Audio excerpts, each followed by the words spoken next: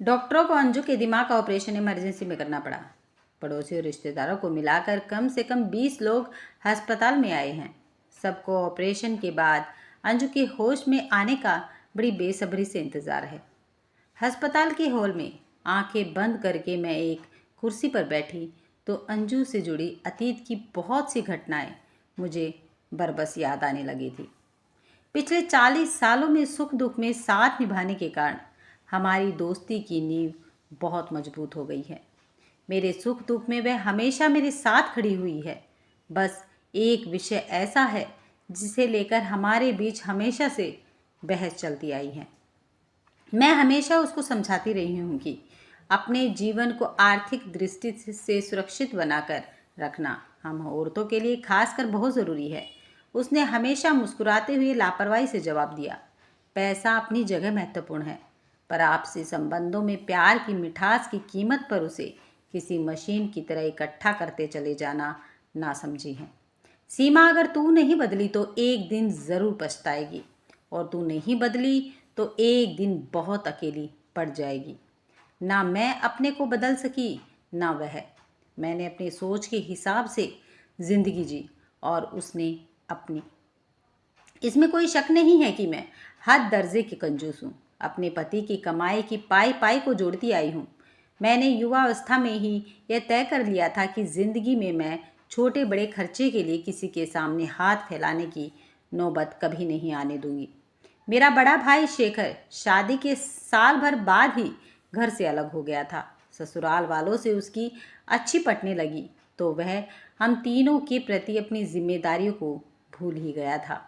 उच्च रक्तचाप के मरीज पापा को हार्ट अटैक का खतरा बना तो डॉक्टर बाईपास सर्जरी कराने पर जोर डालने लगे थे।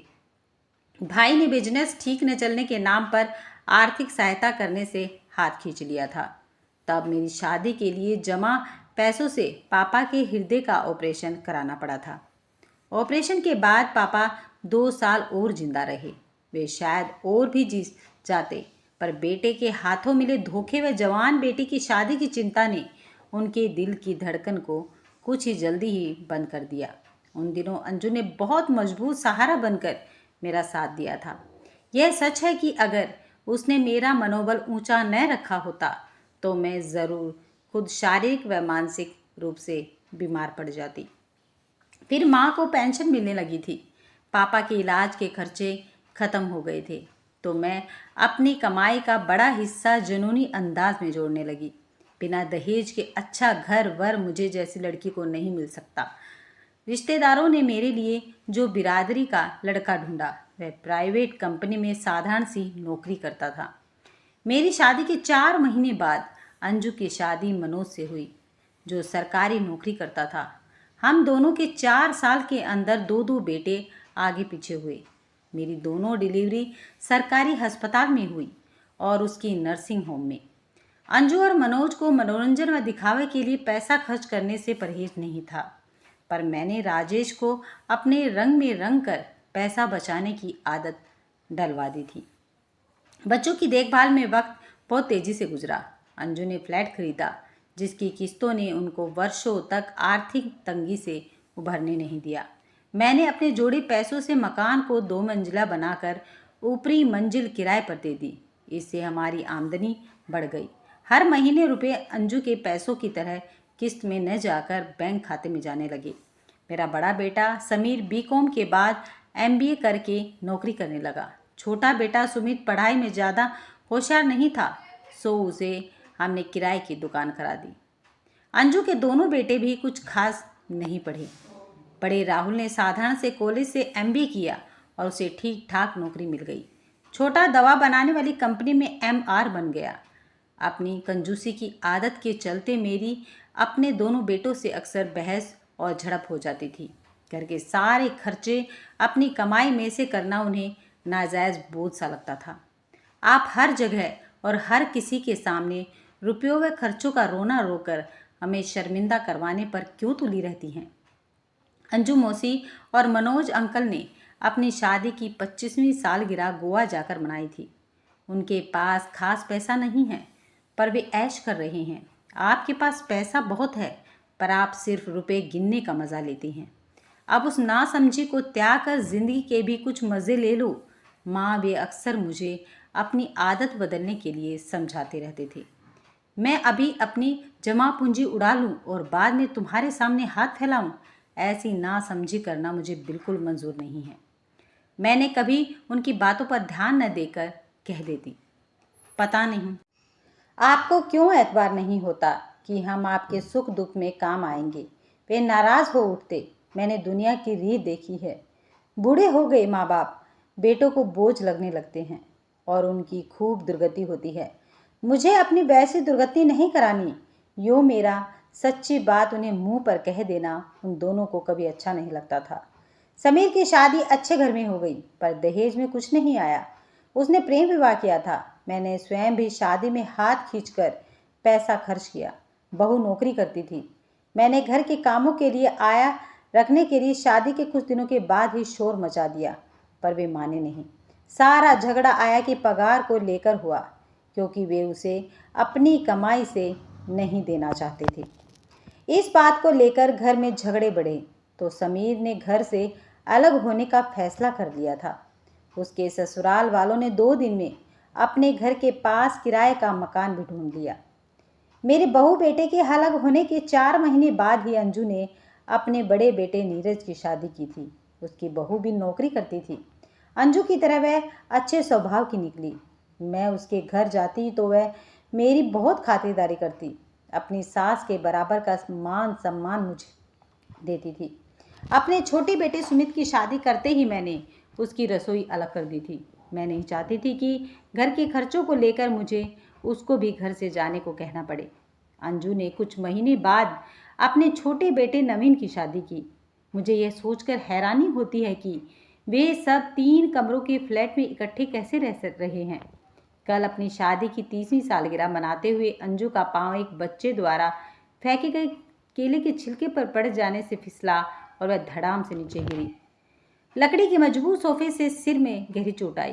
कुछ घंटों के बाद उसे बेहोशी सी आने लगी तो हम सब कुछ उसे लेकर अस्पताल भागे। जांच से पता लगा कि गहरी चोट लगने से सिर के अंदर खून बहा है और उसकी जान बचाने के लिए फौरन इमरजेंसी ऑपरेशन करना पड़ेगा। मैं अतीत की यादों से तब बाहर निकली जब डॉक्टर तनुजा ने हमारे पास आकर बताया, अंजू को ऑपरेशन के बाद होश आ गया। अब ज़्यादा चिंता करने की कोई ज़रूरत नहीं है। इस खबर को सुनकर हर किसी के दिल में खुशी की तेज़ लहर दौड़ गई थी। अंजू के दोनों बेटों व बहुओं की बात तो छोड़ो, मुझे तो यह देखकर बहुत हैरानी हुई कि मेरे दोनों बेटे बहुएं भी मेरी छाती से लगकर बच्चों की तरह रोए थे। अंजू की हालत में लगातार सुधार हुआ और वह कुछ दिन के बाद ही आईसीयू से वार्ड में आ गई। एक शाम घर के सभी लोग मौजूद थे जब अंजू ने अचानक अपने बड़े बेटे नीरज से पूछा, मुझे नर्स ने आज दिन में बताया कि अब तक 3-4 लाख का खर्चा मेरे इलाज पर हो चुका होगा। तुम लोगों ने कहाँ से इंतज़ाम किया इतने रुपयों का? इलाज कराने को तेरी बहू ने खुशी खुशी अपने जेवर बेच दिए हैं। मेरा यह जवाब सुनकर अंजू हैरान नजर आने लगी थी। सच कह रही है तू सीमा? बिल्कुल सच, पर अब तू बेकार की बातों में मत उलझ और जल्दी से ठीक होकर अपने घर पहुंच। सारा मोहल्ला बड़ी बेसब्री से तेरी वापसी का इंतजार कर रहा है।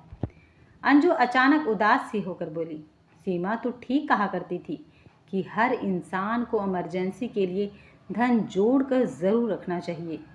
मैंने तेरी सलाह ध्यान से सुनी होती तो मेरी इलाज के लिए मेरी बहुओं को अपने जेवर तो न बेचने पड़ते।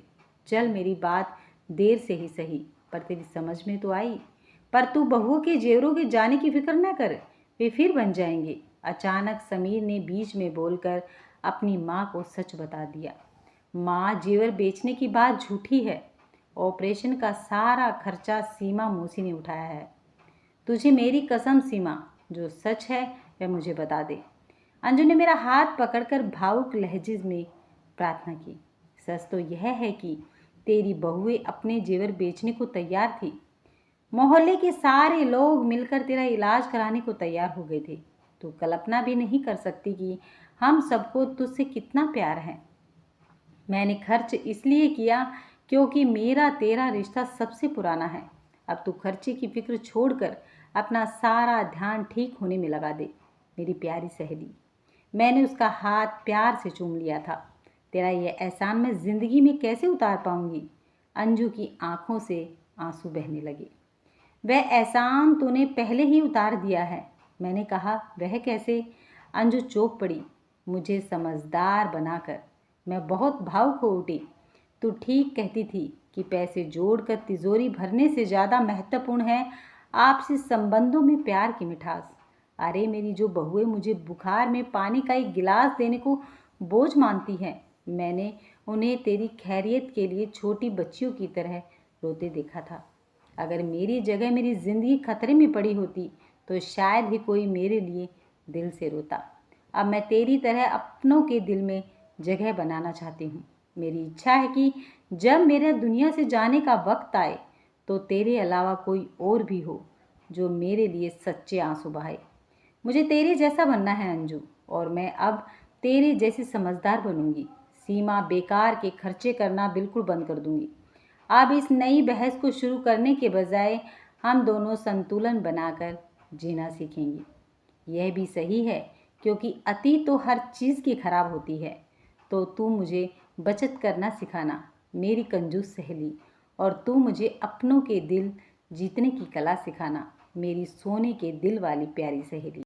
हमारी नोक झोंक सुनकर सब हंसने लगे थे। मैंने गर्दन घुमाकर देखा तो पाया कि मेरी दोनों बहुएं व बेटों की पलकें भी नम हो रही थी। मैंने आज पहली बार उन चारों की आंखों में अपने लिए प्रेम व आदर सम्मान के सच्चे भाव देखे, तो हाथ फैलाकर उन्हें बारी बारी से अपनी छाती से लगाने से खुद को रोक नहीं पाई थी। अगर आपको ये कहानी पसंद आई है तो वीडियो को लाइक, शेयर और चैनल को सब्सक्राइब करना मत भूलिएगा।